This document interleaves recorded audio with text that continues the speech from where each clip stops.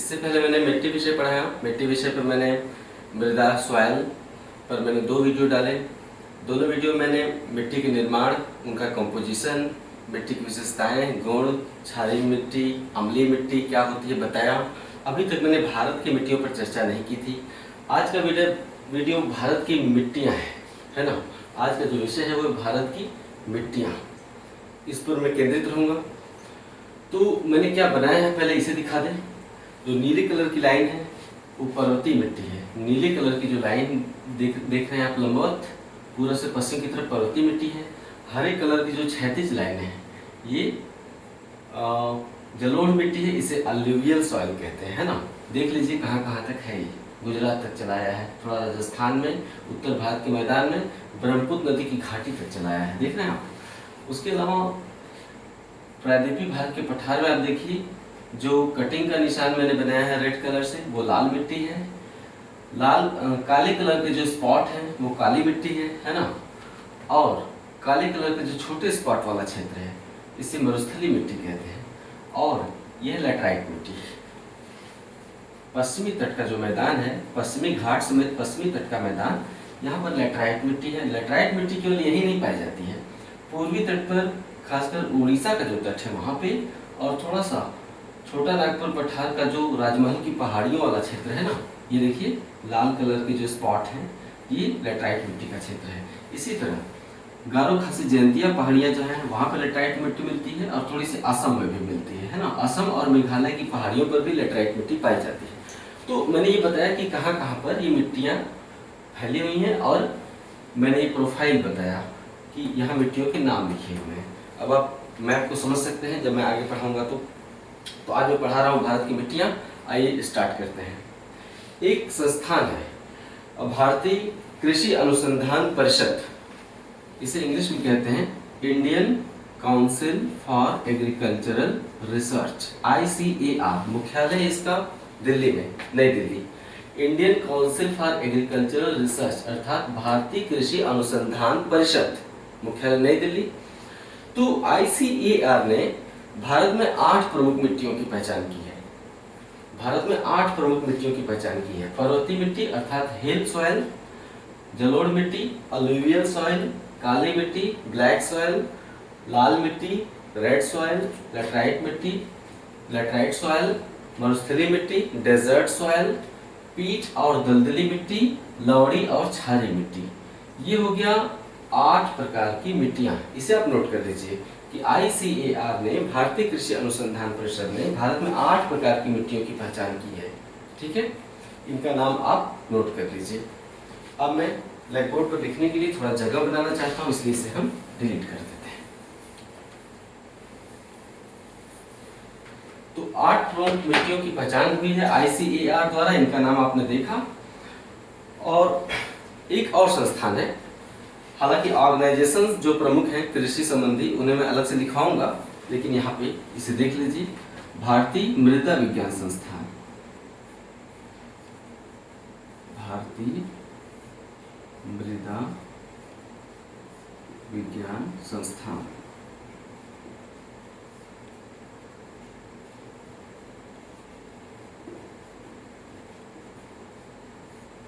English में कहते हैं Indian institute of soil science, Indian institute of soil science. इसका कहाँ पे है ये? भोपाल में है ना।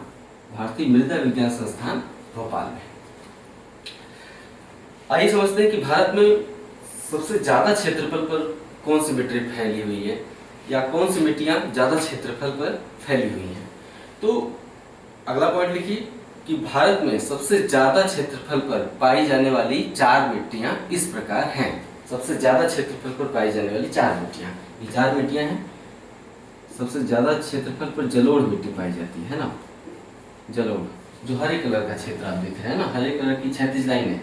पूर्वी तट पर भी है, जो हरे कलर की लाइनें हैं ये पूर्वी तट, तमिलनाडु का जो कोरोमंडल तट है वहां पर भी पाया जाता है। तो सबसे ज्यादा क्षेत्रफल पर जलोढ़ पाया जाता है। इसके बाद लाल मिट्टी सबसे ज्यादा क्षेत्रफल पर पाई जाती है। इसके बाद काली मिट्टी सबसे ज्यादा क्षेत्रफल पर पाई जाती है, और इसके बाद लैटराइट मिट्टी, लैटेराइट मिट्टी पाई जाती है। जलोढ़ मिट्टी जो है 43% क्षेत्रफल पर पाई जाती है, लाल मिट्टी 18% क्षेत्रफल पर पाई जाती है, काली मिट्टी जो है आपका 5% क्षेत्रफल पर पाई जाती है और लेटराइट मिट्टी 3.7% क्षेत्रफल पर पाई जाती है। ठीक है, ये है भारत में सबसे ज्यादा क्षेत्रफल पर पाई जाने वाली 4 मिट्टियों का क्रम। ठीक है, इन्हें आप याद कर लीजिए। मैं जो भी पढ़ा रहा हूँ वो बहुत ही महत्वपूर्ण है, किसी भी एग्जाम के लिए महत्वपूर्ण है। अक्सर लोग मुझसे पूछते हैं कि क्या ये आईएएस एग्जाम के लिए महत्वपूर्ण है। आईएएस एग्जाम के लिए तो ये सबसे महत्वपूर्ण है, क्योंकि मैं जिस तरह से पढ़ाता हूँ, समझाकर पढ़ाता हूँ, आईएएस एग्जाम के लिए इससे बेहतर और क्या हो सकता है। निश्चित रूप से कुछ लोग अभी बाहर अच्छे शहरों में नहीं निकले हैं, निश्चित रूप से उन्हें पूछने की आवश्यकता महसूस होती होगी कि जो मैं पढ़ा रहा हूँ आईएएस एग्जाम के लिए पर्याप्त है या नहीं। प्रारंभिक परीक्षा के लिए पर्याप्त से भी ज़्यादा है आईएएस एग्जाम के लिए। ठीक है, तो 4 मिट्टियों का क्रम मैंने बताया जो ज्यादा क्षेत्रफल पर पाई जाती है। एक महत्वपूर्ण तत्व यहाँ पे ये लिख लीजिए, इन 8 मिट्टियों की विशेषताएं मैं बताऊंगा, खास फैक्ट यहाँ पे लिख लीजिए। एक प्रमुख तथ्य ये है कि भारत की सभी मिट्टियों में, ध्यान रखिएगा, अक्सर पूछा जाता है सवाल कि फला मिट्टी में कौन सी चीज की कमी पाई जाती है ना, कौन से पोषक तत्व या तत्व की कमी पाई जाती है। तो इसे आप रट लेंगे एक बार ध्यान से समझ के, तो ये सवाल कैसे भी घुमा फिरा कर पूछा जाएगा, आपसे गलती नहीं होगी। भारतीय मिट्टियों में या भारत की सभी मिट्टियों में 3 चीजों की कमी पाई जाती है। एक जीवाश्म,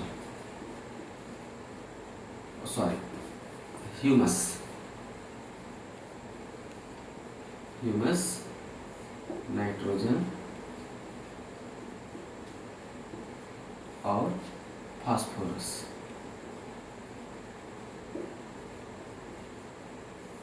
भारत की सभी मिट्टियों में, ध्यान रखिएगा, लगभग सभी मिट्टियों में इन 3 तत्वों की कमी पाई जाती है, ह्यूमस की, नाइट्रोजन की और फास्फोरस की, है ना। अब जैसे कि क्वेश्चन है कि काली मिट्टी में किस तत्व की कमी पाई जाती है। अगर किसी ऑप्शन में फास्फोरस है, नाइट्रोजन है, ह्यूमस है, तो उस पर आप टिक कर दीजिएगा कि इसकी कमी पाई जाती है। ठीक है, या फिर कथन दे देता है। अब कथन है कि काली मिट्टी में कपास का उत्पादन बढ़िया होता है।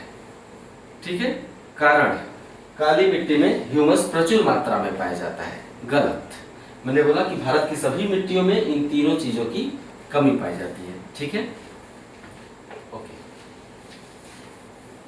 ह्यूमस क्या होता है? मिट्टी में वनस्पतियों और जीवों के सड़े गले भाग को ह्यूमस कहते हैं। मिट्टी में वनस्पतियों और जीवों के जो अंश होते हैं वो जब सड़ गल जाते हैं तो उसे हम क्या कहते हैं? ह्यूमस। वो एक पोषक पदार्थ होते हैं एक तरह से। जब नई वनस्पतियां उगती हैं तो उनको पोषण प्रदान करता है वो जो ह्यूमस होता है ना। ह्यूमस बनता कैसे है? वनस्पतियों और जीवों के जो भाग जमीन में गिर जाते हैं उनको जीवाणु और कवक सड़ाते गलाते हैं। ठीक है, खनिज और जैविक पदार्थों को अलग अलग कर देते हैं। तो जो जैविक पदार्थ होता है उसे ह्यूमस कहते हैं। उससे 3-4 नामों से जानते हैं, ह्यूमस, जैविक पदार्थ, कार्बनिक पदार्थ, जीवांश, इन नामों से ह्यूमस को जानते हैं। अब पहली हेडिंग आप डाल दीजिए, जलोढ़ मिट्टी अर्थात अलूवियल सॉइल। जलोढ़ मिट्टी,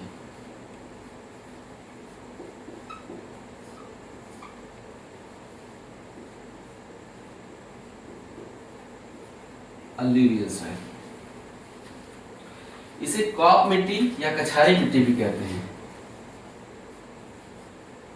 कॉप मिट्टी या कछारी मिट्टी भी कहते हैं, पहला पॉइंट। दूसरा पॉइंट, जलोढ़ मिट्टी या अलूवियल सॉइल भारत में सर्वाधिक 43% क्षेत्रफल पर विस्तृत है। सर्वाधिक 43% क्षेत्रफल पर विस्तृत है। नेक्स्ट पॉइंट, जलोढ़ मिट्टी मुख्य रूप से भारत में 2 क्षेत्रों में पाई जाती है। पहला उत्तर भारत के मैदान में, दूसरा तटीय क्षेत्रों में। जो पूर्वी पश्चिमी तट होता है ना, पहला उत्तर भारत के मैदान में, दूसरा तटीय क्षेत्रों में। पहले के अंतर्गत लिखिए, उत्तर भारत के मैदान में जलोढ़ मिट्टी सतलज के मैदान से लेकर पूर्व में ब्रह्मपुत्र के मैदान तक मिलती है। सतलज के मैदान से लेकर, सतलज नदी यहाँ बहती है ना, यहाँ से निकलती है और यहाँ पे बहती है ना, फिर पाकिस्तान में चली जाती है। तो सतलज के मैदान से लेकर ब्रह्मपुत्र के मैदान तक असम में जो ब्रह्मपुत्र नदी की घाटी है ना, मैदानी क्षेत्र है, वो पहाड़ी क्षेत्र नहीं है। असम असम पूरी तरह से मैदानी क्षेत्र है, जबकि उत्तर में हिमालय है और दक्षिण में शिलांग पठार है। तो जो असम वाला बीचों बीच इलाका है वो ब्रह्मपुत्र नदी का मैदान है। तो सतलज के मैदान से लेकर ब्रह्मपुत्र के मैदान तक जलोढ़ मिट्टी उत्तर भारत के मैदान में पाई जाती है। दूसरे में लिखिए, तटीय मैदान के अंतर्गत जलोढ़ मिट्टी महानदी, गोदावरी, कृष्णा, कावेरी नदियों के डेल्टा क्षेत्रों में, इनका जो डेल्टा क्षेत्र है ना मुहाना, महानदी, गोदावरी, कृष्णा, कावेरी नदियों के डेल्टा क्षेत्रों में और पश्चिमी तटीय मैदान के अंतर्गत केरला और गुजरात में पाई जाती है। पश्चिमी तटीय मैदान के अंतर्गत केरला में बहुत सीमित मात्रा में पाई जाती है, इसलिए मैंने केरला में इसे दर्शाया नहीं है लाइन खींच के, लेकिन थोड़ी बहुत मात्रा में, थोड़ी बहुत क्षेत्रफल पर केरला में भी पाई जाती है, केरला में और गुजरात में पाई जाती है। ये लिख लिया। नेक्स्ट पॉइंट, जलोढ़ मिट्टी नदियों द्वारा पहाड़ों को काटकर लाई गई है और मैदानी क्षेत्रों में बिछा दी गई है। ठीक है, उत्तर में हिमालय पर्वत है और दक्षिण में प्रायद्वीपीय भारत का पठार है। कुछ नदियां हिमालय क्षेत्र से निकलकर मैदान में बहती हैं, कुछ नदियां पठार से निकलकर मैदानी क्षेत्र में बहती हैं और पूरब की तरफ बहती हैं, है ना। तो पहाड़ों से जब नदियां गुजरती हैं तो पहाड़ों को काटती रहती हैं, जिससे ढेर सारे बालू के कण उन्हें प्राप्त होते हैं, गाद कहते हैं, अवसाद कहते हैं। तो दोनों क्षेत्रों से नदियां पहाड़ों को काटकर मिट्टी लाती हैं और मैदानी क्षेत्रों में बहा देती हैं। तो इसे कैसे लिखेंगे, जलोढ़ मिट्टी नदियों द्वारा पहाड़ी क्षेत्रों से काटकर लाई गई है और मैदानी क्षेत्र में बिछा दी गई है। नेक्स्ट पॉइंट, जलोढ़ मिट्टी दो प्रकार की होती है। जलोढ़ मिट्टी दो प्रकार की होती है, ठीक है। ये है नदी, है ना, और नदी के दोनों तरफ के ऊंचे क्षेत्र है। ये है नदी के दोनों तरफ के ऊंचे क्षेत्र। तो नदी के आसपास की जो नीची भूमि है वहां पे जो मिट्टी पाई जाती है उसे क्या कहते हैं, खादर। और ऊंचे भाग की जो मिट्टी है उसे क्या कहते हैं, बांगर। तो वही आप लिखिए, जलोढ़ मिट्टी दो प्रकार की होती है, पहला खादर और दूसरा बांगर। नेक्स्ट पॉइंट, नदी के आसपास बाढ़ क्षेत्र की जलोढ़ मिट्टी खादर मिट्टी कहलाती है। नदी के आसपास बाढ़ क्षेत्र की जलोढ़ मिट्टी खादर कहलाती है, ठीक है। अब किसी साल अगर बाढ़ आ गया, हर साल बाढ़ आता है, तो नदी का पानी कहां तक चला आया, यहां तक चला आया, है ना। तो जहां तक नदी के बाढ़ का पानी पहुंचता है वहां तक नदी हर साल नई मिट्टी बिछा देती है। नदी क्या करती है, पहाड़ों से काटकर मिट्टी लाती है और जहां जहां तक बाढ़ का पानी पहुंचता है नदी वहां पर नई मिट्टी बिछा देती है। तो वही मैंने कहा कि नदी के आसपास के बाढ़ मैदान की जलोढ़ मिट्टी खादर कहलाती है। खादर मिट्टी हर साल नई हो जाती है, लिखते रहिए, खादर मिट्टी हर साल नई हो जाती है। क्यों? क्योंकि नदियां बाढ़ के माध्यम से हर साल नई मिट्टी बिछा देती हैं। नेक्स्ट पॉइंट, नदी से दूर ऊंचे क्षेत्रों के पुराने जलोढ़ को, भाई खादर तो नया जलोढ़ है, हर साल नया हो जाता है ना, ये हर साल नया हो जाता है, जबकि नदी से दूर ऊंचे क्षेत्रों के पुराने जलोढ़ को बांगर कहते हैं। बांगर मिट्टी हर साल नई नहीं होती है, ठीक है। इसलिए खादर अपेक्षाकृत अधिक उपजाऊ होती है और बांगर मिट्टी अपेक्षाकृत कम उपजाऊ होती है, क्योंकि ये हर साल नई नहीं होती है। नेक्स्ट पॉइंट, भारत के सभी 8 प्रमुख मिट्टियों में जलोढ़ मिट्टी सर्वाधिक उपजाऊ मिट्टी है और जलोढ़ मिट्टी में भी सबसे अधिक उपजाऊ खादर मिट्टी है, ठीक है।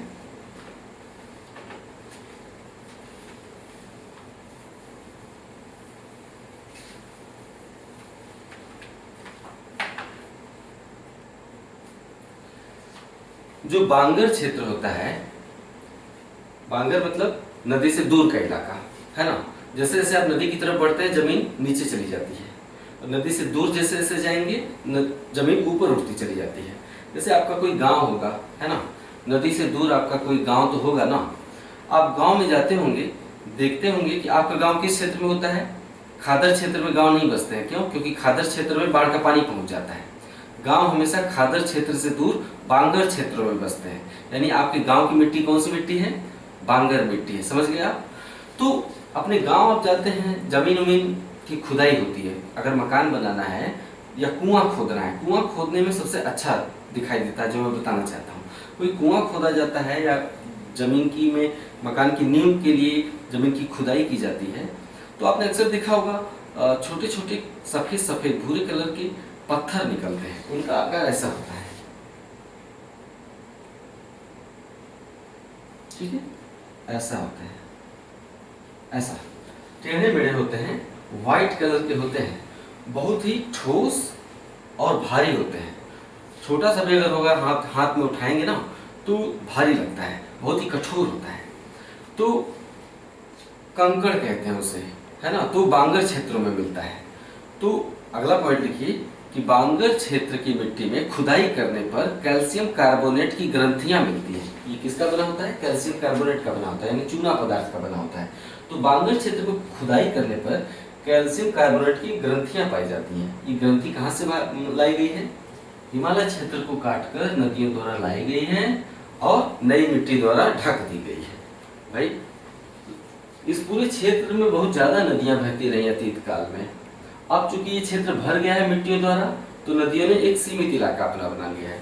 लेकिन ये इलाका जब मिट्टी से भरा नहीं था, नीचा था, अतीत काल में मैदान इतना ऊपर नहीं था जिस पर हम खड़े हैं, मैदान और नीचे रहा होगा। निश्चित रूप से नदियों ने ही लाकर इस मैदान को ऊंचा कर दिया। तो जब हम खुदाई करते हैं तो चट्टान मिलते हैं। वो चट्टान कहाँ से भाग कर लाए गए हैं? हिमालय क्षेत्र से, है ना। तो बांगर क्षेत्र में खुदाई करने पर कैल्शियम कार्बोनेट की ग्रंथियां मिलती हैं, जिन्हें हम स्थानीय भाषा में कंकड़ कहते हैं, ठीक है। हमने बताया कि सभी भारतीय मिट्टियों में, लगभग सभी मिट्टियों में 3 चीजों की कमी होती है, ह्यूमस, नाइट्रोजन और फास्फोरस। अगला पॉइंट लिखिए, जलोढ़ मिट्टी में भी ह्यूमस, नाइट्रोजन और फास्फोरस की कमी पाई जाती है। नेक्स्ट पॉइंट, जलोढ़ मिट्टी में पोटेशियम और चूना प्रचुर मात्रा में पाए जाते हैं। क्या? पोटेशियम, एक तो ग्रंथि ही देखा कैल्शियम कार्बोनेट की बनी है। एक एग्जांपल कहां से लाई गई है? पहाड़ से काटकर। तो पहाड़ से लाए गए जो बालू के कण हैं वो भी तो कैल्शियम कार्बोनेट के ही होंगे अधिकतर। तो यही कारण है कि उत्तर भारत के मैदान में चूना पदार्थ और पोटेशियम अधिक मात्रा में पाया जाता है। अगली हेडिंग आप डालिए लाल मिट्टी।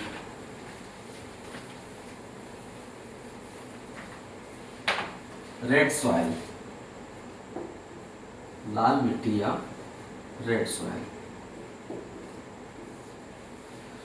भारत का दूसरा सबसे बड़ा मृदा वर्ग, भारत का दूसरा सबसे बड़ा मृदा वर्ग, जो कि लगभग 18% क्षेत्रफल में पाया जाता है। लाल मिट्टी भारत का दूसरा सबसे बड़ा मृदा वर्ग है, जो कि 18% क्षेत्रफल पर विस्तृत है। अगला पॉइंट लिखिए,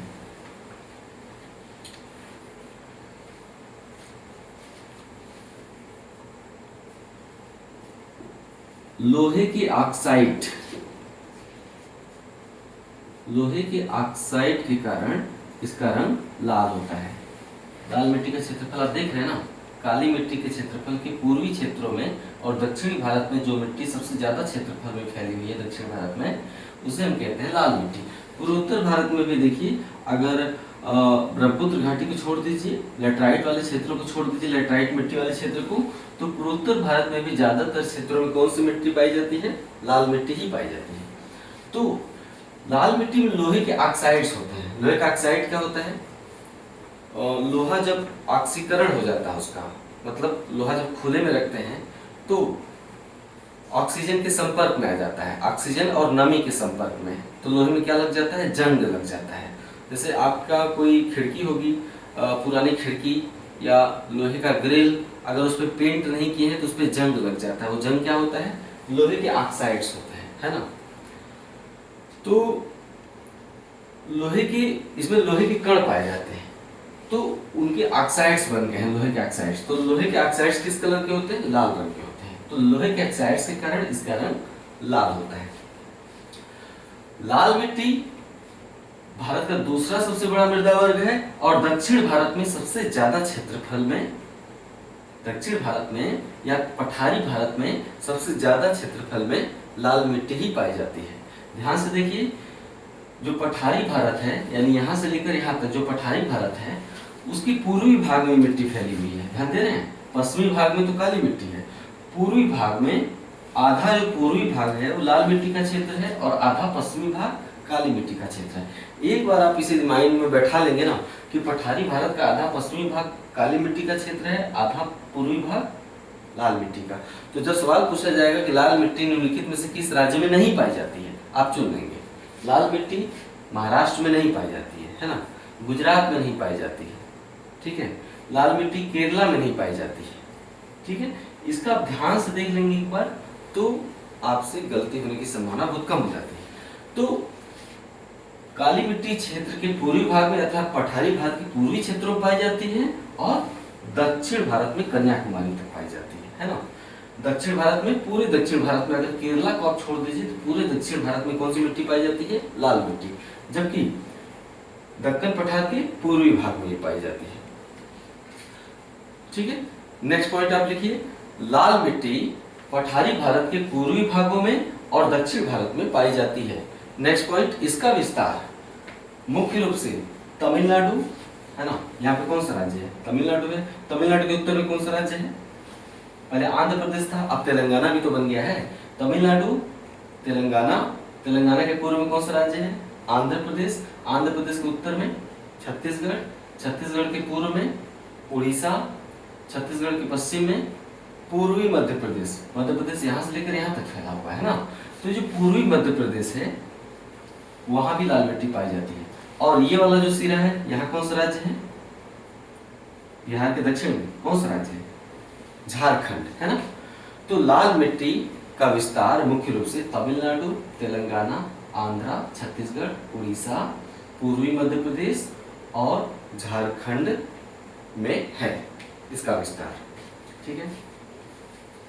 नेक्स्ट पॉइंट, लेकिन लाल मिट्टी का सर्वाधिक क्षेत्रफल तमिलनाडु में पाया जाता है। तमिलनाडु राज्य यहाँ से आया है और यहाँ तक है ना। तो ये जो तमिलनाडु राज्य है इसमें लाल मिट्टी का सर्वाधिक क्षेत्रफल आता है। ओके, लाल मिट्टी में भी ह्यूमस, नाइट्रोजन और फास्फोरस की कमी पाई जाती है ना। ये तो अब आपको अच्छे से याद हो जाएगा। जब भी पूछा जाएगा किस चीज की कमी पाई जाती है तो आप बहुत अच्छे से सिलेक्ट कर लेंगे, टिक कर लेंगे कि इस चीज की कमी पाई जाती है। तो लाल मिट्टी में भी ह्यूमस, नाइट्रोजन और फास्फोरस की कमी पाई जाती है। लाल मिट्टी प्रायद्वीपीय भारत के या पठारी भारत के कम वर्षा वाले क्षेत्रों की मिट्टी है ना। देखिए, अरब सागर शाखा ज्यादातर वर्षा कहाँ कर देती है? पश्चिमी घाट के पश्चिमी ढाल पर, है ना। बंगाल की खाड़ी शाखा गुजर जाती है, सीधे टकराती है गारो खासी जयंतिया पहाड़ियों से। इसके बाद प्रवेश कर जाती है पश्चिमी उत्तर भारत के मैदान में चली जाती है बंगाल की खाड़ी शाखा। चक्रवात जो बंगाल की खाड़ी में उठते हैं वो भी उड़ीसा तट, आंध्र तट और तमिलनाडु तट से टकराकर ज्यादातर वर्षा कर देते हैं। पूर्वी घाट से टकराकर पूर्वी तटीय मैदान पर ही चक्रवात ज्यादा वर्षा करते हैं। अब लाल मिट्टी का क्षेत्र देखिए, यहाँ पर वर्षा होती है लेकिन बहुत ही कम होती है। अब यहाँ पे जो गैप है, हमने बताया था ना कि पूर्वी घाट क्या है? छिन्न भिन्न है, एक क्रमबद्ध श्रृंखला के रूप में विस्तृत नहीं है। पूर्वी घाट जगह जगह कटा फटा है। इसके चलते चक्रवात की कुछ वर्षा, चक्रवात द्वारा कुछ वर्षा अंदरूनी क्षेत्रों में भी प्राप्त हो जाती है। इसी तरह मानसून भी महानदी के मुहाने के सहारे छत्तीसगढ़ बेसिन में प्रवेश कर जाता है। मानसून भी कुछ हद तक छत्तीसगढ़ बेसिन में, जो मैदानी क्षेत्र है। लेकिन थोड़ी बहुत वर्षा प्राप्त होती है, लेकिन बड़ी मात्रा में वैसी वर्षा नहीं प्राप्त होती जैसे कि उत्तर भारत के मैदान में, पूर्वोत्तर भारत में या केरल तट या तमिलनाडु तट पर वर्षा प्राप्त होती है। वैसी वर्षा पठारी भारत के पूर्वी भागों में नहीं प्राप्त होती है। तो लाल मिट्टी पठारी भारत की कम वर्षा वाले क्षेत्रों की मिट्टी है, ठीक है। यह एक अनुपजाऊ मिट्टी या अपेक्षाकृत कम उपजाऊ मिट्टी है। यही कारण है कि खाद्यान्नों की खेती के लिए ये पर्याप्त उपजाऊ नहीं होती या खाद्यान्नों की खेती यहाँ पर बहुत बड़ी मात्रा में नहीं की जाती है, ठीक है। अगला हेडिंग आप डालिए, काली मिट्टी।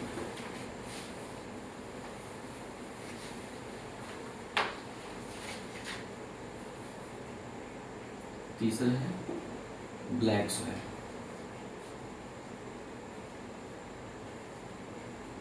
मिट्टियों में सबसे ज्यादा सवाल काली मिट्टी से पूछे जाते हैं। आपने भी नोटिस किया होगा, काली मिट्टी से हमेशा ज्यादा सवाल आते हैं। आइए, बहुत इंटरेस्टिंग है, इसको एक बार ध्यान से समझ लेंगे आज, तो फिर जिंदगी में कभी दोबारा पढ़ने की शायद नौबत ना आए। काली मिट्टी को अलग अलग नामों से जानते हैं, क्योंकि इसमें कपास की खेती, जो लाल काले कलर का स्पॉट आप देख रहे हैं, महाराष्ट्र के क्षेत्र में, थोड़ा मध्य प्रदेश के क्षेत्र में, है ना, थोड़ा उत्तरी कर्नाटक तक चलाता है, उत्तरी कर्नाटक, महाराष्ट्र, मध्य प्रदेश और ये क्या है, गुजरात। तो इन क्षेत्रों में जो मिट्टी पाई जाती है इसे हम काली मिट्टी कहते हैं। तो इसमें कपास की खेती ज्यादा होती है, इसलिए इसे हम क्या कहते हैं, कपासी मिट्टी कहते हैं। निम्नलिखित में से किस मिट्टी को कपासी मिट्टी कहा जाता है, काली मिट्टी को, है ना, तो इसे कपासी मिट्टी कहते हैं। इसके अलावा निम्नलिखित में से कौन सी मिट्टी रेगुर मिट्टी कहलाती है, काली मिट्टी, कपासी मिट्टी कहते हैं, रेगुर मिट्टी कहते हैं, ठीक है। इसके अलावा इसे हम लावा मिट्टी भी कहते हैं, लावा मिट्टी कहते हैं, ठीक है। यह मिट्टी देख रहे हैं उत्तर प्रदेश तक चली आई। उत्तर प्रदेश का जो झांसी वाला जिला है ना, ललितपुर और झांसी, है ना, मध्य प्रदेश में नीचे तक घुसा हुआ है, वो वाला जो क्षेत्र है ललितपुर और झांसी वाला जो इलाका है उत्तर प्रदेश का, भाई ललितपुर और झांसी उत्तर प्रदेश के ही तो जिले हैं ना। तो आप ध्यान से देखेंगे मैप में तो नीचे तक लटक के चला है, दक्षिण में जो झांसी वाला और ललितपुर वाला क्षेत्र है, तो वहां तक ये मिट्टी पाई जाती है। तो उत्तर प्रदेश में इसे करेल मिट्टी कहते हैं, क्या, या बुंदेलखंड के क्षेत्रों में, ये क्षेत्र बुंदेलखंड के मध्य चलाता है, तो बुंदेलखंड के क्षेत्र में इसे करेल मिट्टी कहते हैं। अभी तक चार नाम जाने, कपासी, रेगुर मिट्टी, लावा मिट्टी, करेल मिट्टी, कहाँ कहते हैं, उत्तर प्रदेश में कहते हैं। एक नाम और है अंतरराष्ट्रीय स्तर पर, अंतरराष्ट्रीय स्तर पर नेक्स्ट पॉइंट आप लिखेंगे, अंतरराष्ट्रीय स्तर पर मिट्टियों का जो विभाजन किया गया है उसमें काली मिट्टी को चेरनोजम कहा जाता है, चेरनोजम। अंतरराष्ट्रीय स्तर पर मिट्टी का जो विभाजन किया गया है, वर्गीकरण किया गया है, उसमें काली मिट्टी को चेरनोजम नाम दिया गया है ना। चेरनोजम मिट्टी जब विश्व भूगोल हम पढ़ा रहे थे तो उसमें काला सागर हम पढ़ाए थे। काला सागर के उत्तर में कौन सा देश है, जस्ट काला सागर के ऊपर यूक्रेन है ना। तो चेरनोजम मिट्टी मुख्य रूप से काला सागर के उत्तर में यूक्रेन में और ग्रेट लेक्स के पश्चिम में, ग्रेट लेक्स कहाँ है, यूएसए और कनाडा में। तो ये मिट्टी चेरनोजम जो मिट्टी है ये काला सागर के उत्तर में यूक्रेन में और ग्रेट लेक्स के पश्चिम में यूएसए अर्थात अमेरिका, संयुक्त राज्य अमेरिका में पाई जाती है चेरनोजम।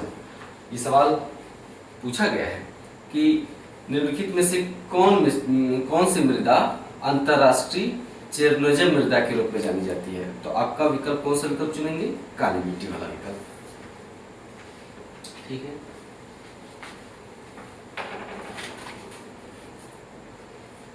हमने बताया कि काली मिट्टी को लावा मिट्टी भी कहते हैं, है ना। नेक्स्ट पॉइंट देखिए, काली मिट्टी को लावा मिट्टी भी कहते हैं क्योंकि यह दक्कन ट्रैप के लावा चट्टानों के अपक्षय अर्थात टूटने फूटने से निर्मित हुई मिट्टी है। फिर से रिपीट कर रहा हूँ, काली मिट्टी को लावा मिट्टी भी कहते हैं क्योंकि यह दक्कन ट्रैप के लावा चट्टान के अपक्षय अर्थात टूटने फूटने से निर्मित हुई मिट्टी है। दक्कन ट्रैप क्या है, हमने जब भारत पढ़ाना शुरू किया था भारतीय भूगोल तो तीसरा या चौथा अध्याय था भारत की भूगर्भीय चट्टानें। तो हमने बताया था कि किस तरह भारत अफ्रीका से अलग हो रहा था। तो पश्चिमी घाट के कगार के सहारे लावा का दरारी उद्भेदन हुआ, लावा शांत रूप में महाराष्ट्र और आसपास के क्षेत्रों में बिछ गया। कई बार उद्भेदन होने से लावा का ये क्षेत्र पठार के रूप में ऊंचा उठ गया, लावा की कई चादरें बिछती चली गई ऊपर। तो इस तरह से ये क्षेत्र पठार की भांति ऊंचा उठ गया। तो यहाँ का जो पठार है उसे हम लावा पठार कहते हैं। क्यों? क्योंकि लावा के जमने से बना हुआ पठार है। तो उस क्षेत्र को हम क्या कहते हैं, पूरे क्षेत्र को दक्कन ट्रैप कहते हैं। दक्कन ट्रैप एक लावा पठार का क्षेत्र है। तो इसे लावा मिट्टी इसलिए कहते हैं क्योंकि इसका निर्माण दक्कन ट्रैप के लावा चट्टानों के टूटने फूटने से हुआ है। ठीक है, नेक्स्ट पॉइंट,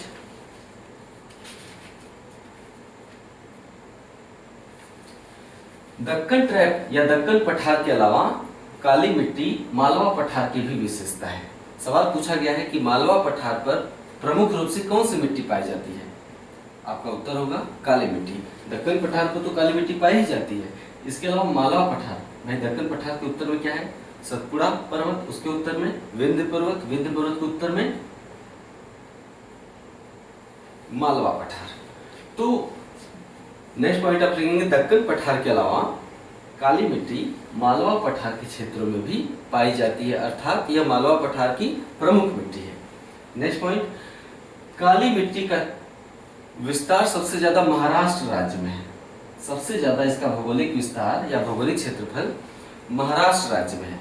लेकिन काली मिट्टी का विस्तार उत्तरी कर्नाटक, महाराष्ट्र, पश्चिमी मध्य प्रदेश, दक्षिण पूर्वी राजस्थान, भाई दक्षिण और पूर्व राजस्थान का जो दक्षिण और पूर्वी क्षेत्र है यहाँ पे, तो दक्षिण पूर्वी राजस्थान और गुजरात।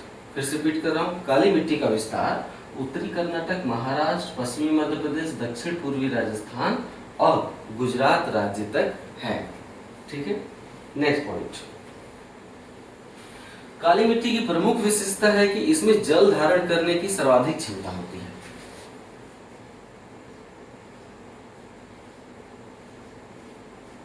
जल धारण क्षमता, इसको आप ऐसे लिखेंगे, काली मिट्टी की एक प्रमुख विशेषता ये है कि इसमें जल धारण करने की सर्वाधिक क्षमता होती है। मतलब थोड़ी भी अगर बरसात हो जाती है, ठीक है, तो ये मिट्टी जल को इस तरह से सोख लेती है। अगर थोड़ी भी बरसात हो जाती है तो काली मिट्टी जल को इतने बढ़िया से सोख लेती है कि भाप बनकर वो उड़ नहीं पाता है, यानी पूरी तरह मिट्टी में समा जाता है। तो इसके चलते इस मिट्टी में जल धारण करने की अच्छी खासी क्षमता होती है। अर्थात थोड़ी भी वर्षा होने पर ये मिट्टी चिपचिपी हो जाती है। काली मिट्टी थोड़ी भी बरसात होने पर चिपचिपी हो जाती है, और जब सूखती है, काली मिट्टी जब सूखती है तो इसमें मोटी मोटी दरारें पड़ जाती हैं। आपने दरारों वाली मिट्टी देखी होंगे, गांव वाले देहात में जाते हैं तो किसी किसी खेत में आप चलते होंगे तो देखते होंगे कि खेत एकदम फटे हुए होते हैं।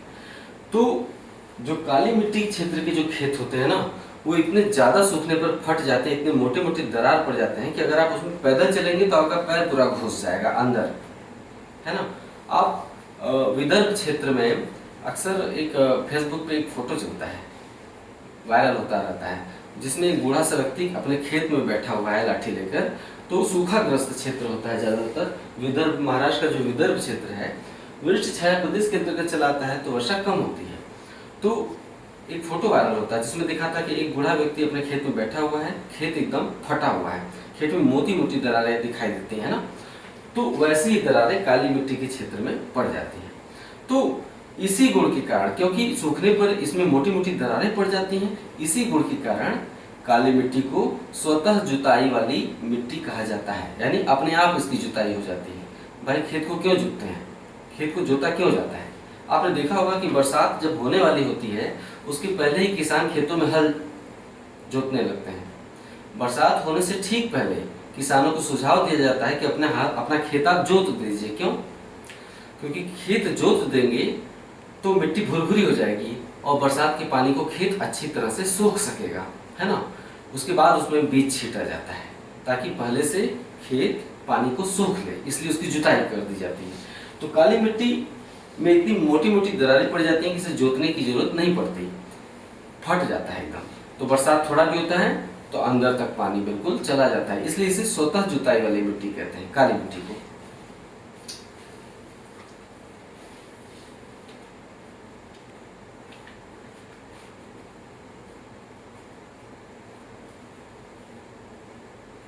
काली मिट्टी को कपासी मिट्टी भी कहते हैं, है ना।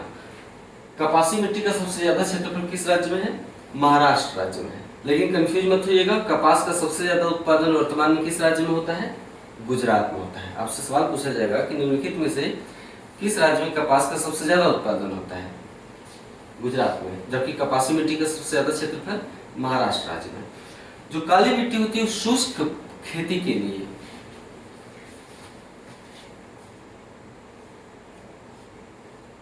शुष्क खेती या शुष्क कृषि, इंग्लिश में कहते हैं ड्राई लैंड फार्मिंग, शुष्क खेती।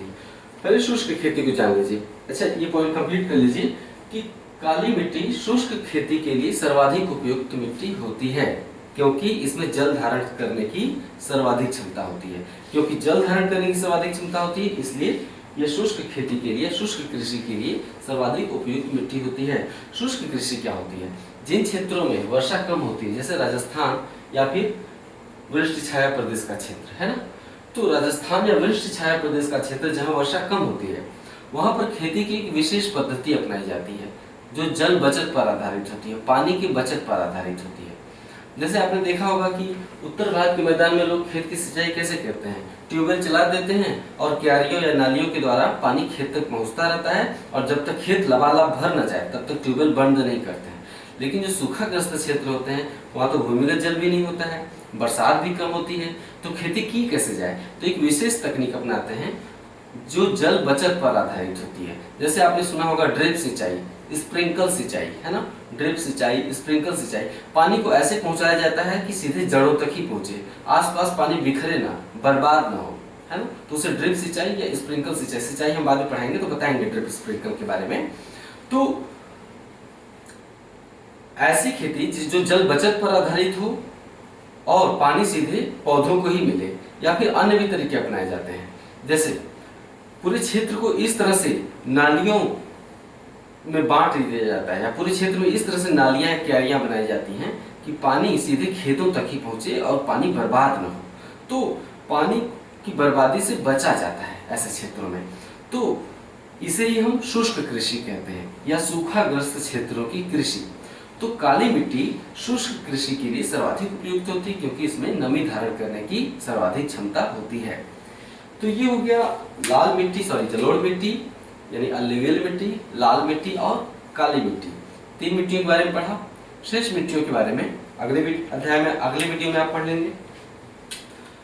तो आप नोट्स बना रहे हैं कि नहीं, कमेंट में बताइएगा कि नोट्स बनाने में अगर कोई समस्या आ रही है तो हमसे आप साझा करिए। कमेंट में आप अपनी सारी समस्याएं बता करिए। हम बताएं कि हम सबको रिप्लाई नहीं कर पाते हैं, करेंगे। ये मेरे लिए कोई खुशी की बात नहीं कि मैं रिप्लाई नहीं कर पाता हूँ। मैं प्रयास करूँगा कि शीघ्र ही मुझे समय मिलेगा, मैं प्रयास करूँगा कि ज़्यादा नहीं तो कुछ लोगों को मैं कमेंट में रिप्लाई कर दिया करूँ उनकी आवश्यक सवालों का। तो आप बताइएगा कि आपको नोट्स बनाने में कोई दिक्कत तो नहीं आ रही है। और मैं आपसे यहाँ पे ये कहना चाहूँगा कि मेरे वीडियोस को मैं पहले भी बता चुका हूँ, बहुत सारे लोग बाद में भी जुड़ चुके हैं, बहुत सारे लोग उस वक्त नहीं जुड़े थे जब मैंने ये अपील की थी आपसे। आज मैं फिर आपसे अपील करता हूँ नए लोगों से जो मेरे वीडियोस जुड़े हैं, कि मेरे वीडियोस के लिंक और चैनल के लिंक, जो लिंक होते हैं ऊपर शो होते हैं ना, ऊपर कोड भाषा में लिखे गए रहते हैं लिंक। तो मेरे वीडियोस के लिंक आप अलग अलग ग्रुप्स पे या फिर फेसबुक पेज पे या फिर फेसबुक प्रोफाइल पे लिंक को शेयर किया करिए। इससे बाकी ज़रूरतमंद लोगों को पता भी चलेगा कि चैनल पर ये भी पढ़ाया जा रहा है और इस तरह से क्रमबद्ध रूप में पढ़ाया जा रहा है। तो ज़रूरतमंद छात्र छात्राओं को पता चलेगा तो ये मेरे चैनल को सब्सक्राइब करेंगे। आप खुद भी मोटिवेट कर सकते हैं लोगों को कह के कि आलोक जी का चैनल है, इसे अगर आप सब्सक्राइब कर देंगे तो निश्चित रूप से भूगोल में कोचिंग की ज़रूरत नहीं रह जाएगी। ये कहना चाहता था। पढ़ते रहिए। नमस्कार।